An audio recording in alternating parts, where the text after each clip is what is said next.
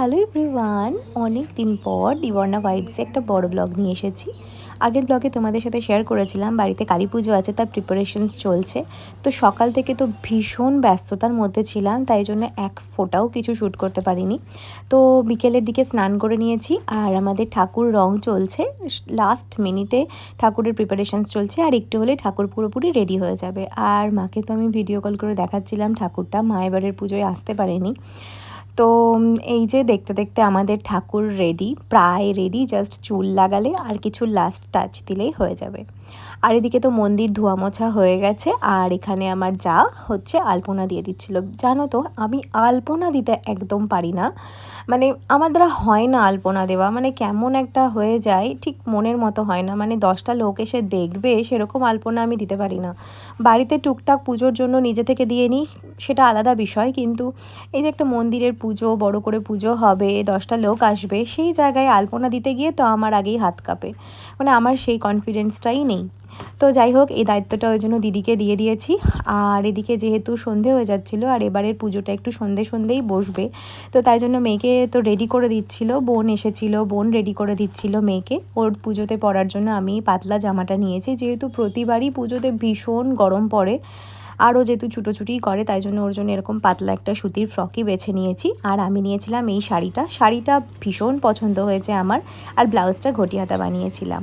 আর তারপরে একবার দেখার জন্য চলে গেলাম ছাদে, যেহেতু যারা গেস্টরা আসবে তাদের জন্য একটু খাবারের ব্যবস্থা করা হয়েছে, নিরামিষ খাবার, লুচি তরকারি।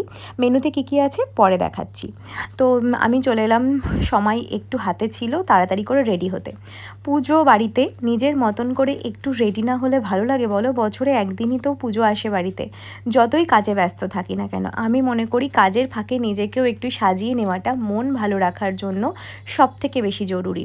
তো ব্যাস, আমি শাড়িটা পরেছি। শাড়িটা তোমাদের কেমন লাগলো জানিও, আমার তো দারুণ লেগেছে। খুব মিনিমাল একটা মেকআপ করেছি, যেহেতু ভীষণ গরম ছিল আর আমাকে ছুটোছুটি করতে হতো, তাই জন্য মিনিমাল মেকআপ করেছি। যদি চাও মেকআপ লুকটা শেয়ার করব অবশ্যই, জানিও তাহলে কমেন্টে।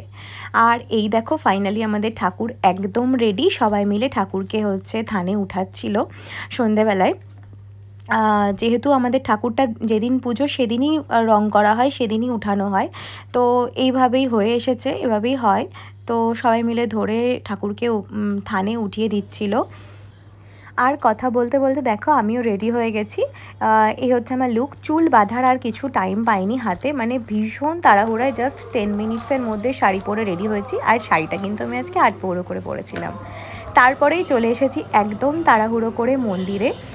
এখানে আমার পিসি শাশুড়ি ছিল, পিসি শাশুড়ির সাথে আমি ঠাকুরের জোগাড় যন্ত্র করছিলাম। সবাই মিলেই করছিল, কেউ ভোগ করছিল, কেউ ফল কাটছিল, এইভাবে। তো আমাদের যেহেতু কোনো অন্নভোগ সেরকমভাবে হয় না, লুচি, পায়েস, আলু ভাজা এরকমই হয়, আর এদিকে ফল মিষ্টি সেগুলো দিয়ে পুজো হয়। তো লুচি করার দায়িত্বে ছিল আমার শাশুড়ি মা, আমার যা, আর এদিকে ফল টল কেটে রেডি করে দেওয়া, ফুল গোছানো, এগুলো সব আমি আমার পিসি শাশুড়ি মিলে করছিলাম। তো আমি মেনলি সব জোগাড় টোগাড় করে দিলাম। তারপরেই তো পুরোহিত মশাই এসে পড়েছে এবং পুজোয় বসেও পড়েছে। এবারের পুজোটা নাকি রাত 1:30টার মধ্যে শেষ করতে হতো, তাই জন্য একদম সন্ধ্যায় পুজোয় বসে পড়েছিল সবাই মিলে। আমার ভাইও ছিল এবার উপোস, মানে এবার বাড়িতে আমরা সবাই উপোস ছিলাম, যেটা সববার হয় না। এইদিকে তো আমার বাচ্চারা, ওরা নিজের তালে ব্যস্ত দুষ্টুমি করতে, আর ওদেরকে পাহারা দিতে গিয়ে আমার বোন প্রায় ক্লান্ত হয়ে পড়েছে। তো যাই হোক, বাচ্চা সামলানোটা সত্যিই মুখের ব্যাপার নয়। তার মধ্যে একজন নয়, 3-4 জন বাচ্চা একসাথে যখন থাকে তখন তাদের দুষ্টুমিটা 4 গুণ পরিমাণ বেড়ে যায়। তো যাই হোক, বোন আসাতে তো আমি সম্পূর্ণ নিশ্চিন্ত ছিলাম, কারণ বোন মাম্মামকে খাওয়ানো, ঘুম পাড়ানো সবটাই করে দেয়। তো ওর কাছে করেও। আমার মা করে, মা থাকলে, আর মা যেহেতু নেই তাই জন্য বোন আসাতে আমি পুরোপুরি নিশ্চিন্ত। ওই দিকটা আমাকে দেখতেই হয়নি, আমি টোটালটাই পুজোর ওখানেই ছিলাম, পুজোর ওখানেই কাজে ব্যস্ত ছিলাম। ব্যাস, এভাবেই পুজোটা সুন্দরভাবে কাটাতে পেরেছি, যেহেতু বোন ছিল, ভাই ছিল, ওরাই আমার মেয়েকে সুন্দরভাবে দেখে নিয়েছে। তারপরেই তো পুজোর শেষের দিকে শুরু হয়ে গেল যজ্ঞ। বর বসেছিল যজ্ঞতে, আমি তো সেই ছুটোছুটিতেই ব্যস্ত। যজ্ঞের সময় না মন্দিরের পরিবেশটা অদ্ভুত হয়ে যায়, আমার ভীষণ ভালো লাগে যজ্ঞ দেখতে। জানি না কেন, ছোট থেকে আমি ভীষণ ভালোবাসি। তো ব্যাস, তারপরে আর কিচ্ছু শ্যুট করতে পারিনি, ভীষণ ব্যস্ত হয়ে পড়েছিলাম। পুজো শেষ হয়ে যাওয়ার পর আমরা বসে গেছি খেতে, তখন প্রায় বাজে ঘড়িতে রাত 2টো মতো। মেনুতে ছিল রাধা বল্লভী, আলু পটলের তরকারি, কাবলি ছোলার ঘুগনি আর মিষ্টি। আর ছিল হ্যাঁ আমের চাটনি। আমের চাটনিটা কিন্তু দারুণ হয়েছিল। তো যাই হোক, এটা ঠিক পুজোর পরের দিন, যেদিন ঠাকুর বিসর্জন করতে নিয়ে যাওয়া হবে। তো আমি মাকে বরণ করার জন্য রেডি হয়ে নিয়েছিলাম। এই মুহূর্তটা না মনে হয় খুব তাড়াতাড়ি চলে আসে। পুজোর প্রিপারেশনস কতদিন আগে থেকে চলে, আর পুজোটা হুট করে চলে যায়। তো যাই হোক, ঠাকুরকে বরণ করে নিচ্ছিলাম। নিয়মকানুন খুব একটা জানি না, তাই বড়দের কাছ থেকে শুনে নিয়মকানুনগুলো জেনে বরণ করছিলাম। আর জানো তো, এই বাড়িতে ঠাকুর বরণ করার সময় একটা ইন্টারেস্টিং পার্ট হলো, এখানে ময়দা দিয়ে প্রদীপ বানানো হয়, মানে বরণ করার ঠিক আগেই ইনস্ট্যান্ট। আর সেই প্রদীপে তেল দিয়ে সলতে জ্বালানো হয়, আর দিয়ে সেইটা দিয়ে মাকে বরণ করা হয়।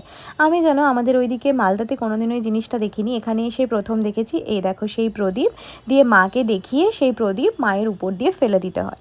তো বেশ ইন্টারেস্টিং ব্যাপারটা, আর বেশ ভালোও লাগে আমার। তো ব্যাস, বরণ করার পরে সবাই মিলে একটু সিঁদুর খেলা, এটুকুই তো মজা, আর এইটুকুই তো থেকে যাবে বলো। ব্যাস, তারপরে আবার আসছে বছরের অপেক্ষায় থাকলাম। ব্যাস, এবারের মতন পুজো এইটুকুই। ব্লগটা কেমন লাগলো জানিও, সাবস্ক্রাইব করা না থাকলে সাবস্ক্রাইব করে দিও। বাই।